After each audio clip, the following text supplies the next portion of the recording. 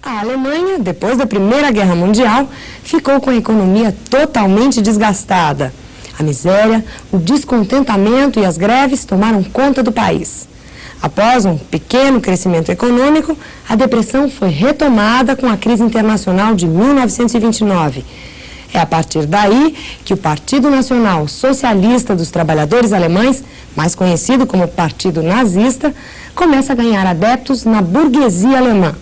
Tratava-se da versão alemã do regime fascista, que já havia tido sucesso na Itália e em alguns outros países. Nazifascismo é o tema desta aula. Salve Letícia, salve pessoal. Hoje nós continuamos no período entre guerras, vendo aí uma série de respostas dadas às crises que caracterizam esse momento histórico e que vai ressaltar uma nova forma de governo, aquele que nós chamamos de governos fascistas. Como é que nós podemos entender o fascismo? Como é que nós podemos definir o regime fascista? O regime fascista, ele se apresenta a nós como sendo um regime totalitário de direita. É importante você frisar esse finalzinho, totalitário de direita. Por quê? Porque se você usar apenas a expressão totalitarismo, você está englobando aí também a época stalinista. O stalinismo também representa um governo totalitário na União Soviética. É também, portanto, um governo totalitarista. Só que, dentro do contexto do entre guerras, você deve pensar que o totalitarismo de direita, representado pelo fascismo, objetiva a salvação do capitalismo, enquanto que o totalitarismo de esquerda do Stalin está visando a implantação do socialismo. Se os processos, os meios utilizados, a violência utilizada é muito parecida, é bastante semelhante, tanto na esquerda quanto na direita, você nota que o objetivo final destes dois totalitarismos é completamente diferente. Enquanto Stalin, firmando mais uma vez, está encaminhando-se para a tentativa de montagem do socialismo na União Soviética, os regimes fascistas, os totalitarismos de direita, tentam salvar o capitalismo de um conjunto de crises que caracteriza esse momento de entre guerras. Então vamos dar uma olhadinha. Quais são as principais causas, quais são os principais fatores do aparecimento desses regimes totalitários de direita? Veja bem, nós temos duas grandes crises nesse período entre guerras. A crise dos anos 20, representada aí pelo pós-Primeira Guerra Mundial, que vai pegar muitos países de surpresa, não apenas os derrotados, mas até mesmo os vitoriosos. Esse é o caso típico, por exemplo, da Itália, um país que saiu vitorioso da Primeira Guerra Mundial, mas não obteve compensações financeiras, nem compensações territoriais que justificassem os gastos, que sanassem as deficiências e satisfizessem os objetivos da Itália durante esta Primeira Guerra Mundial. Esta enorme crise que toma a Itália logo aí no pós-Primeira Guerra Mundial gera a ascensão do Mussolini e a apresentação do primeiro regime fascista europeu. A palavra fascista, a partir daí, passa a ser um termo genérico, utilizado para todo e qualquer governo totalitário de direita do momento do entre guerras. Por isso, se no exame vestibular você encontrar, por exemplo, uma questão que fale a respeito da ascensão do fascismo na Alemanha, não pense que o examinador se enganou, não, tá? A palavra fascista pode ser utilizada, por exemplo, para o regime salazarista, para o regime franquista, para o regime hitlerista. Mas o inverso você não pode fazer, tá? Por exemplo, falar do nazismo italiano não tem absolutamente nada a ver, porque o nazismo é um tipo de governo totalitário da Alemanha, é um fascismo alemão.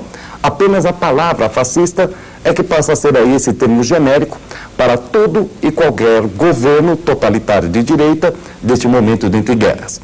E é o primeiro que a Europa vai conhecer, o primeiro que se implanta dentro da Europa em função da crise dos anos 20. O outro fascismo é exatamente aquele que vai se destacar aí nos anos 30, após a Grande Depressão. A crise de 29 vai dar chance para que Hitler ascenda na Alemanha. Veja bem, por que a Alemanha não consegue colocar Hitler no poder logo após aí a Primeira Grande Guerra Mundial? O Hitler bem que tentou. Ele vai fazer aquilo que o Bergman chamou até mesmo de o ovo da serpente. É o chamado Putsch de Munique. Porém, a tentativa do Hitler é falha justamente porque neste exato momento começam a chegar os recursos norte-americanos do Plano Davis. Então a economia alemã recomeça a funcionar. Se a economia recomeça a funcionar, a crise fica meio esquecida. E, logicamente, o Hitler não tem chance de usar toda aquela sua parafernália para falar da crise, da depressão, etc., nesse momento em que a Alemanha voltou a crescer lentamente. Só que, com a crise de 29, os Estados Unidos se veem obrigados a repatriarem todos os capitais que haviam até então colocado ali. E a Alemanha volta a uma enorme depressão, a uma enorme crise. E é exatamente nesse momento que o Hitler se aproveita para poder, então, levar o Partido Nacional Socialista dos Trabalhadores Alemães, cuja abreviatura todos nós conhecemos, Partido Nazista, ao poder. Aí nós temos, então, a Grande Depressão favorecendo a ascensão do regime fascista dentro da Alemanha. Além disso, como é que nós explicamos socialmente a ascensão desses governos totalitários de direita? Aí, a explicação fica por conta daquela velha história do capitalismo versus socialismo. Significa que a burguesia europeia está pagando qualquer preço, está pagando qualquer custo para evitar a ascensão do socialismo. Tem lógica no chamado período entre guerras. Por quê? Porque no período entre guerras, você tem aí a tentativa de montagem do socialismo na União Soviética. O socialismo, que até então era apenas uma teoria, era apenas aí uma suposição, passou a ser uma tentativa prática. E essa tentativa prática poderia se alastrar naquele ambiente de crise para outros países da Europa. Assim sendo, essa burguesia paga qualquer preço, seja ele um preço irracional, seja ele baseado na utilização da violência, como é o caso dos camisas negras, dos camisas pardas, como é o caso aí no Brasil, por exemplo, do movimento integralista dos camisas verdes, etc., para evitar a ascensão do socialismo, para evitar a tentativa de implantação do socialismo nos seus países. Aquela velha frase, é preferível perder a liberdade do que a propriedade. E essa irracionalidade, essa violência, essa força bruta, essa utilização da força para impor-se, é uma das características básicas desses regimes fascistas da Europa. Quais seriam, tipicamente, os argumentos e os processos utilizados por eles? Quais seriam as características desses partidos nazistas? Aliás, desses partidos fascistas, pessoal? As características virão a ser exatamente as seguintes. Nós temos aí, em primeiro lugar, um nacionalismo exaltado. Veja bem, nação, quando ela vai começar a aparecer lá na Baixa Idade Média, ela é a organização de um mercado para que a burguesia pudesse se desenvolver. Esse conceito de nação, que é um conceito bastante prático, bastante fácil da gente entender, cresce no nosso inconsciente também. E, de repente, você nota que definir nacionalismo é uma das coisas mais difíceis que nós temos, é uma das coisas mais duras, árduas, que você tem para tentar fazer pelo campo teórico. O nacionalismo é uma coisa que está no teu irracional, é aquela coisa de você muitas vezes falar muito mal do teu país, só que a hora que você vê aí uma Copa do Mundo, vê aquela bandeirinha verde e amarela tremulando, você tem aquele friozinho nas costas, você tem aquela dorzinha na coluna, aquele nozinho na garganta. Resultado, o teu irracional em pleno funcionamento. A nação é, portanto, um dos principais argumentos dos partidos fascistas para a sua imposição.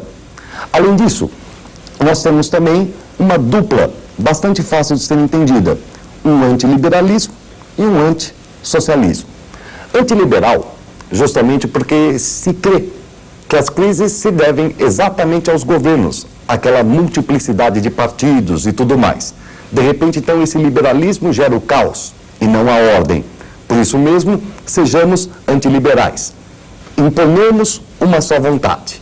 E, claro, antissocialista, apesar de utilizar-se de todos os argumentos dos partidos de esquerda. É o caso, por exemplo, da própria sigla do Partido Nazista. Para ver. Partido Nacional Socialista dos Trabalhadores Alemães. Quer dizer, eles usam todos os jargões do socialismo para poder, inclusive, trazer o proletariado para o seu partido, que é de extrema-direita. E veja, o Mussolini, por exemplo, argumentava em cima da famosa teoria da luta de classes de Marx. Se a luta de classes é a luta entre o burguês e o proletário, diz Mussolini, um antigo socialista convicto, que na realidade a luta do burguês italiano contra o proletário italiano prejudica a nação italiana. E como fica a questão da luta de classes? O Mussolini resolve utilizando exatamente a exaltação do nacionalismo. Há o problema da luta da nação burguesa contra a nação proletária. A Itália seria uma nação proletária que deveria, portanto, se compor para enfrentar as demais nações burguesas. A deturpação, portanto, de toda esta argumentação dos partidos de esquerda passa a incorporar-se aos partidos fascistas que, assim, conseguem uma argumentação bastante clara, bastante clássica, para poder trazer também o proletariado para a sua causa. Então é antiliberal, é antissocialista, apesar de usar os jargões do socialismo. É também pró-unipartidarismo, contra aquela multiplicidade de partidos. Então a velha história, uma só nação, um só Deus, uma só pátria, para que mais partidos? Basta o nosso, basta o Partido Fascista, basta o Partido Nazista. E além disso, para você impor esta argumentação que é bastante irracional, você precisava de uma liderança muito carismática, aquele indivíduo que te convencesse das suas ideias, te convencesse da veracidade e da praticidade desses ideais. Assim sendo, nós vamos ter essas características em comum na maior parte dos regimes fascistas dentro da Europa. Mas também é importante que nós saibamos fazer algumas diferenças entre aquele que é o fascismo alemão e aquele que é o fascismo italiano. Por exemplo, na Itália, você vai ter o nascimento do chamado Estado corporativo, que é típico do fascismo italiano. Significa o fim dos sindicatos de classe, portanto, o fim do sindicato proletário, do sindicato burguês, das organizações representativas de classe. Burguês e proletário são somados dentro de uma corporação que tem por finalidade o país, tem por finalidade, portanto, a riqueza nacional. É uma tentativa de simplesmente amortizar, de paliatizar a luta de classes. Típico do fascismo italiano esse Estado corporativo. Na Alemanha, você vai, por exemplo, canalizar a violência pública através do velho caminho que nós também conhecemos, em função aí do drama que assistimos durante toda a Segunda Guerra Mundial. Ou seja, o arianismo, a perseguição racial, especialmente centrada sobre a comunidade judaica.